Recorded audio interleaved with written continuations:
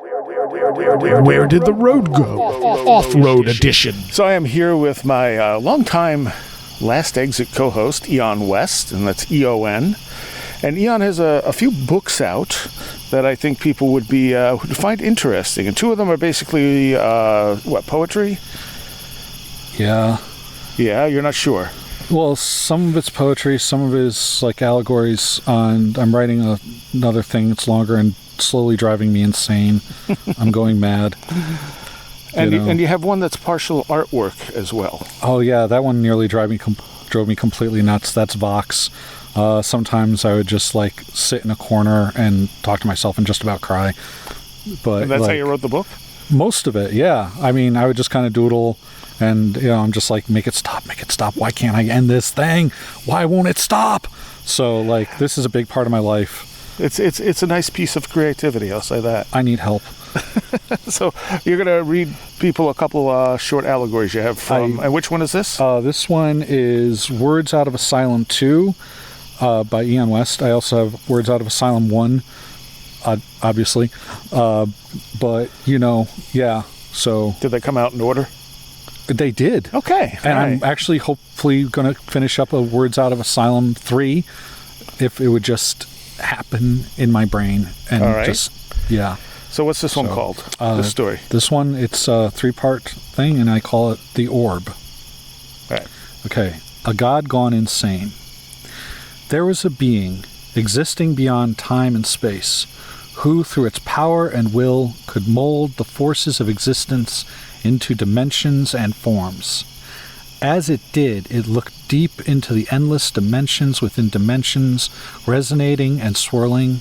It became increasingly lost in the crystalline depths. Soon it found its very mind was trapped within the endless forms. To try to escape, it created an avatar within who would find its way out, and thus the being's mind could escape this unintended trap. However, the avatar also became lost in this ever-changing space, and so to try to better understand the universe in which the avatar found itself projected into, he created a palace that was modeled after the universe. It was the universe incarnate in the form of a citadel, and within the starry citadel there was a mirrored projection of the universe in miniature. And so the avatar experimented with this model universe to try to better understand the crystalline prison in which it had been born. Even though this is all it had ever known, because of its direct connection to the insane architect of this place, he knew he must escape. However, the experiments the avatar conducted to better understand these forms led the avatar deeper and deeper into the abyss of dimensions. It modeled larger forms in miniature, and smaller forms were modeled larger to better understand them. It reconstructed bodies and minds in artificial forms to better understand their workings, simulated versions of himself to understand his workings in the universe, and even made things that never were to test ideas and theories of existence. The first architect was lost observing the avatar and his conceptions. Those creations then started making their own automatons and cosmic models, but having never known anything else but this cosmic prison, they mistook it for the real world and never thought to try to escape.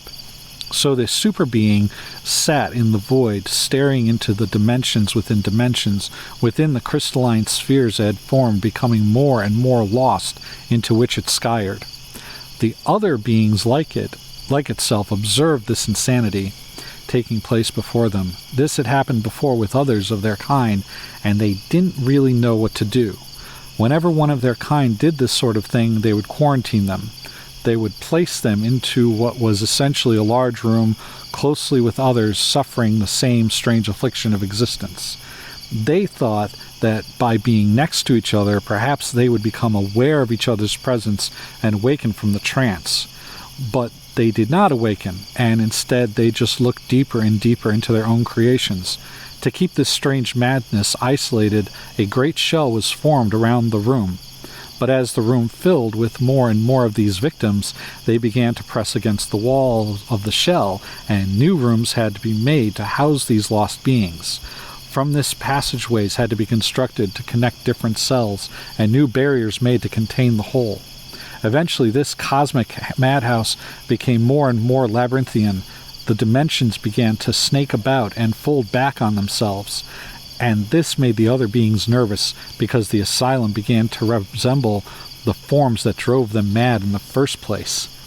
It were as if the madness were erupting outward into the form of this cosmic architecture. But the self-appointed wards of this psychic asylum were at a loss for what to do.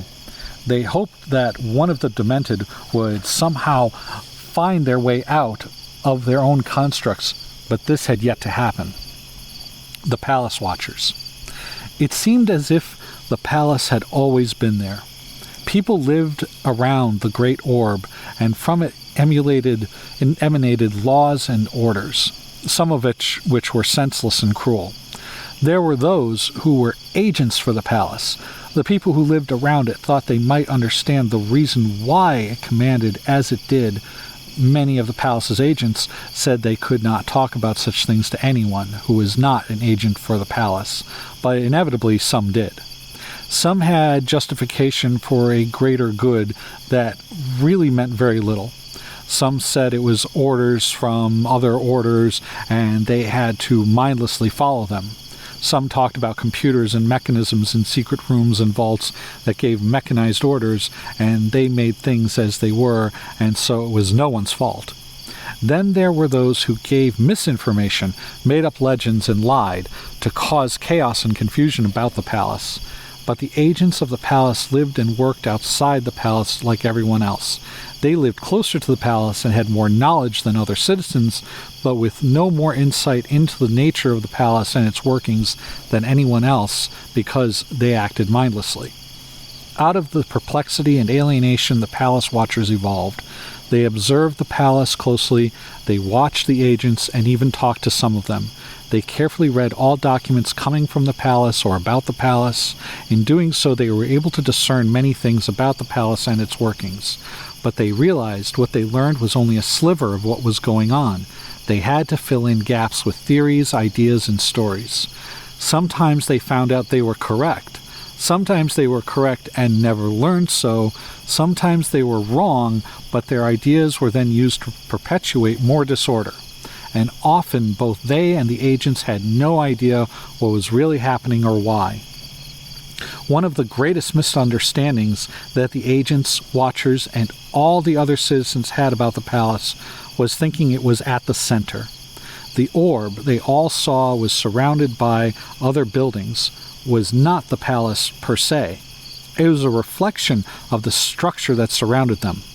The palace at the center was like a projection from something so large and massive they could not see it, but the image in the center was like a mirror of what was all around them, an exact replica of the great orb in miniature.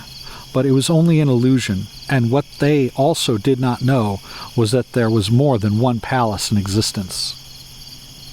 The pattern in the puzzle. A man sits at a desk, and in front of him is a small orb. He opens the orb, and inside is another small metal orb. He examines the next small metal orb and starts to write down his examinations of the orb and draw its details. Each orb has a subtle pattern all its own. Each elusive design must be copied in full detail before it is opened and the next orb studied. The man keeps doing this, and every now and then he will come across one orb that has the same pattern. No other orb has done this. It is the pattern on the first orb he observed. A long time ago he noticed a pattern that every now and then this first orb would reappear again and again. He hoped this would mean there wouldn't be another, that he would open this orb and it would be empty and he could stop. But when he would open it, another orb with whole new patterns would sit there, and he would begin again. Sometimes he would think to himself that this reoccurring orb is the pattern that should be studied, and that he should sort through all the stacks of previous shells behind him and look for the pattern in that pattern, study the reoccurrences of that orb, but he would just open the next orb and continue. Sometimes he wondered if anyone else was doing this. No one gave him this responsibility. He did this of his own accord. And was there anyone else out there opening orbs, recording patterns again and again? Maybe if they got together and compared notes, something more definitive would come through. Then he would open the next orb. That's awesome. Thank you. And that is, again, Eon West is the name you write under. It is. You are on Amazon. I am. So all 3 books are there. Yep. Knox and Words from Asylum, right? Yep. Oh, Vox. Vox and Word from Asylum, and I've got a CD on there somewhere. And you have a blog. And I write on. It's called WordPress. I also have a YouTube. What's the WordPress? It's Eon West, and the YouTube is Eon West, EONWST, Okay. and I have my Reverb page, and that's also under Eon West. And every now and then, I kind of wonder if there's other stuff that is out there that I don't even know about. I mean, I've got a couple of Facebook pages, and what if other stuff is suddenly being made and I'm not aware of it until I run across it? Like, I found out I have a hotel. That's not your hotel. It's my hotel. It's named for me. That means it's mine. I have a hotel. How do I have a hotel? Where did this come from? What's the name of your blog? Eon West. No, but what's the name of it? It's Words Out of Us. Oh, is it Words Out of Asylum? Words Out of Asylum. Okay. This stuff just keeps coming out of me, and I think some of it just makes itself. I don't know what to make of this, and I'm really confused. I do. This is sort of upsetting. I mean, like, I have a hotel, and there's other. It's my hotel. I have a hotel. The thing that makes it even weirder, it's in India. What on earth is happening? You know? Right. And I just don't understand. If you liked what Eon read, there's lots more of that in his books. They're on Amazon. Check out his WordPress. Google him. Sometimes Check out the hotel that's not his. Sometimes I lie in a corner and I wonder if there's other things being created that I'm creating that I don't know that I'm creating, that just sort of pop into existence but have something weird to do with me. And what if, like, something even worse happens? I don't know. No, all of that is true. Yes, it is. I'm terrified. Anyway, Thanks, Eon. Thank you. All right. Have a good night, everybody. You have been listening to Where Did the Road Go? This show is made possible in part from our Patreons, and we thank you and everyone listening for helping us continue this exploration of the strange. You can always find everything Where Did the Road Go related at www.wheredidtheroadgo.com. And thank you so much for your support.